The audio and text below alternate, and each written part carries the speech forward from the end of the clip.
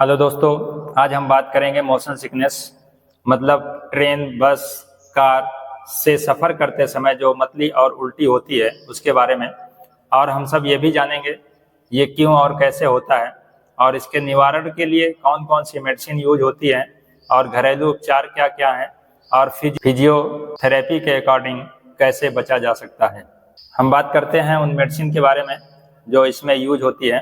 तो number 1, scopolamine को hyoscine भी बोला जाता है। आमतौर पर इसे पैच के रूप में यूज किया जाता है। 1.5 mg का पैच लगभग 72 घंटे तक असर रखता है। अब हम बात करेंगे पैच को लगाएंगे कैसे।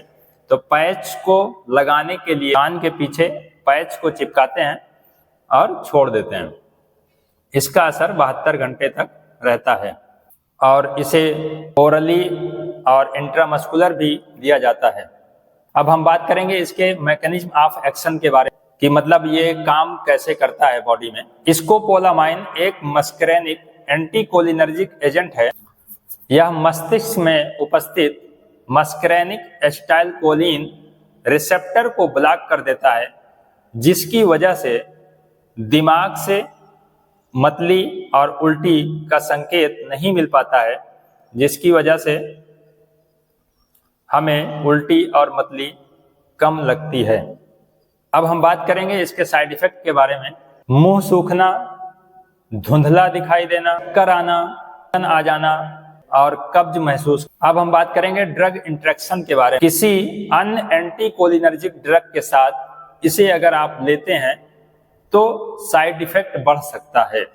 और दूसरा, सीएनएस डिप्रेशन मतलब शराब, नशे की दवाइयों के साथ अगर आप यूज करते हैं तब इसका असर बढ़ सकता है, जिससे आपको दिक्कत हो सकती है।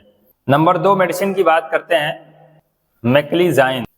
इसका भी उपयोग मोशन सिकनेस और कान की बीमारी में मतली और उल्टी, चक्कर आने में भी यूज किया जाता है। डोज की बात करें तब आप एक बेस्ट इंसान को 20 से 25 mg 1 या 2 टाइम ले सकता है। और रही बात बच्चों के लिए, तो बच्चों के लिए बच्चों की हाइट और वेट के अकॉर्डिंग उसे दिया जाता है, इसलिए आप नज़दीकी डॉक्टर से सलाह लें जिससे बच्चों को कोई नुकसान ना हो। अब हम बात करेंगे इसके मैकेनिज्म ऑफ एक्शन के बारे में।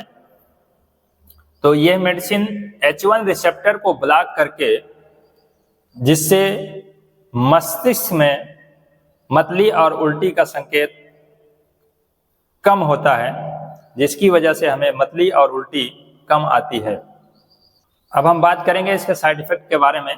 तो नींद आना, चक्कर आना, थकान महसूस करना, मुंह सूख जाना, त्वचा स्किन सूख जाना शामिल है। अब हम बात करेंगे ड्रग इंटरेक्शन के बारे में। तो ये सीएनएस डिप्रेशन के साथ, शराब, सीडेटिव दवाएं के साथ लेने पर इसका असर बढ़ जाता है। और किसी अन्य एंटीहिस्टामिन के साथ भी अगर आप इसको लेते हैं तब भी इसका असर बढ़ जाता है। अब हम बात करेंगे नेक्स्ट मेडिसिन, प्रोमेथाजाइन के बारे में। इसका उपयोग मतली, उल्टी, मोशन सिकनेस में किया जाता है। अब हम बात करते हैं इसके डोज के बारे में।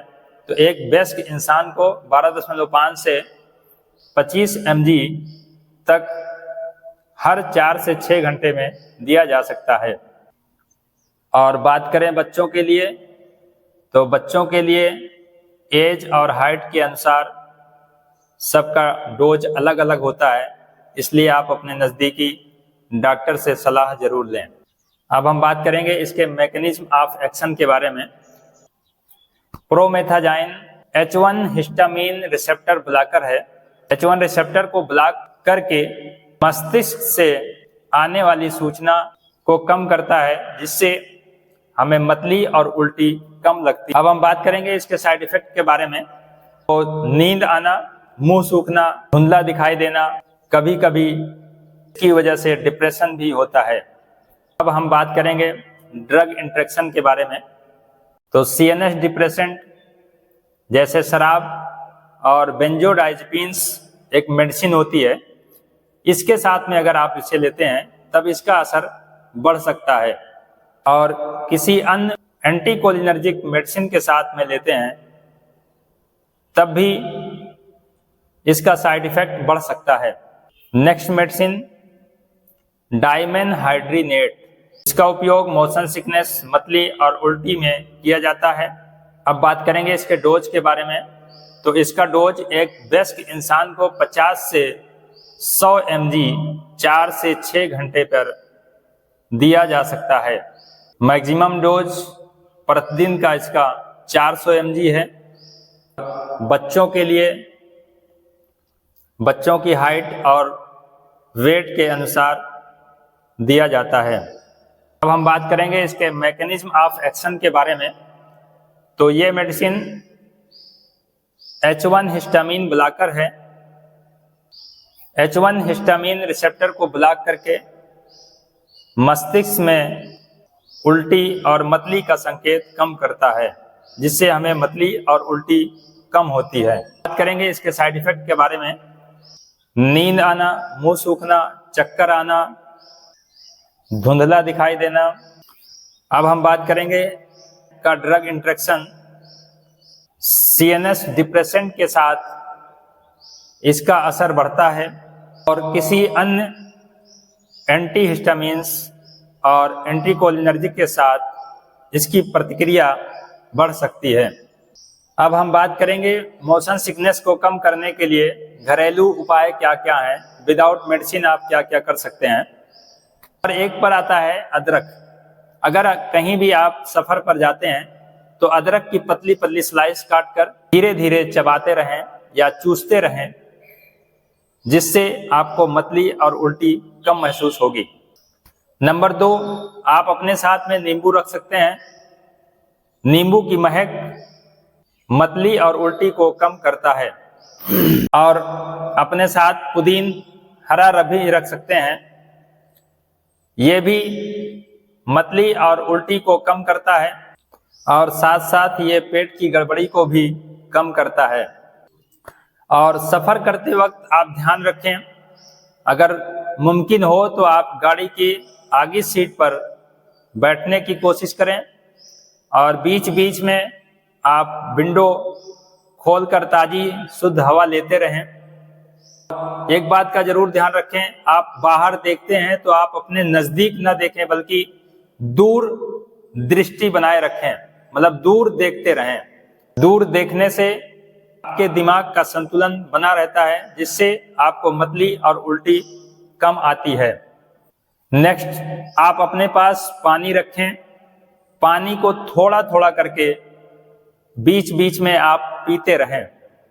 और आप जिसके साथ में सफ़र कर रहे हैं, आप 1 2 3 4 लोग, जितने भी लोग हों, कोशिश करिए आप आपस में कुछ हंसी मजाक की बातें करते रहिए, जिसकी वजह से भी आपका ध्यान भटका रहेगा और आपको उल्टी मतली कम महसूस होगी।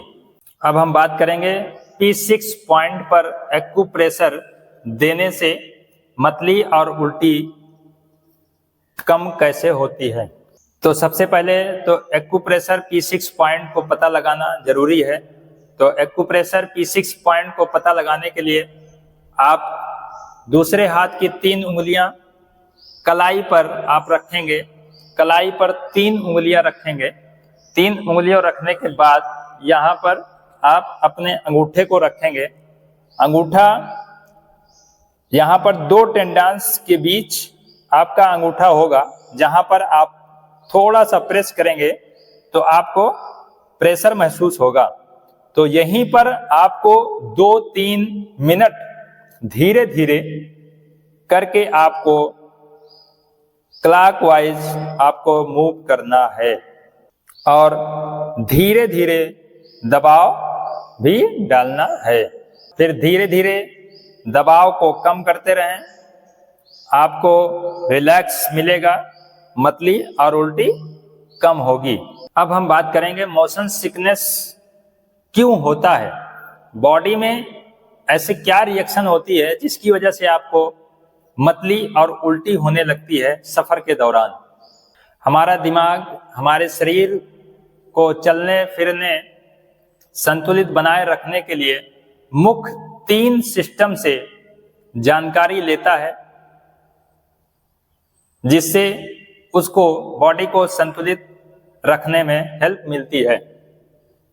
बात करते हैं फर्स्ट सिस्टम के बारे में, वेस्टिबुलर सिस्टम। यह सिस्टम हमारे कान के अंदर होता है, संतुलन और मूवमेंट की जानकारी देता है। नंबर 2 बात करेंगे आई, आंख। हमें बाहरी दुनिया का अंदाजा देता है कि हम कहाँ हैं। नंबर 3 प्रोप्रियोसेप्शन, मांसपेशियों और जोड़ों से आता है, तो बताता है कि मेरी शरीर किस पोजीशन पर है।